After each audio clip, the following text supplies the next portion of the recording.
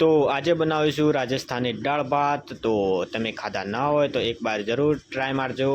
તો પહેલાં કરીશું બધી દાળોને પલાળી દઈશું અને વહેલા ગરમ કરીને કુકરમાં ગરમ કરી દઈશું અને એમાં હળદર નાખીશું, મીઠું નાખીશું અને કઢી પત્તા નાખીશું અને એક ચમચી ઘી નાખીને કુકરમાં સીટી બજાવી દઈશું અને કઢાઈમાં જીરું, ઘી અને લીલા મરચાં, હળદર બધું નાખીને તડકો બનાવી દઈશું અને તેમાં નાખીશું ડુંગળી અને મીઠું અને થોડી વાર ચડવા દઈશું। પછી નાખીશું ટામેટાં, પછી બધા મસાલા નાખીને ચડાવી દઈશું અને જે દાળ ચડાવી હોય કુકરમાં એ નાખી દઈશું, તડકો બનાવી દઈશું અને મસ્ત બનાવી દઈશું। એમાં નાખી દઈશું લીમડીના પાના અને થોડી વાર ચડવા દઈશું।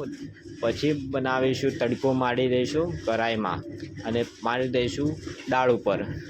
સરસ દાળનો સ્વાદ બની જશે। પછી દાળને મસ્ત તમે ખાઈ જોજો, એકદમ સુપર દાળ બનશે। તો એક વખત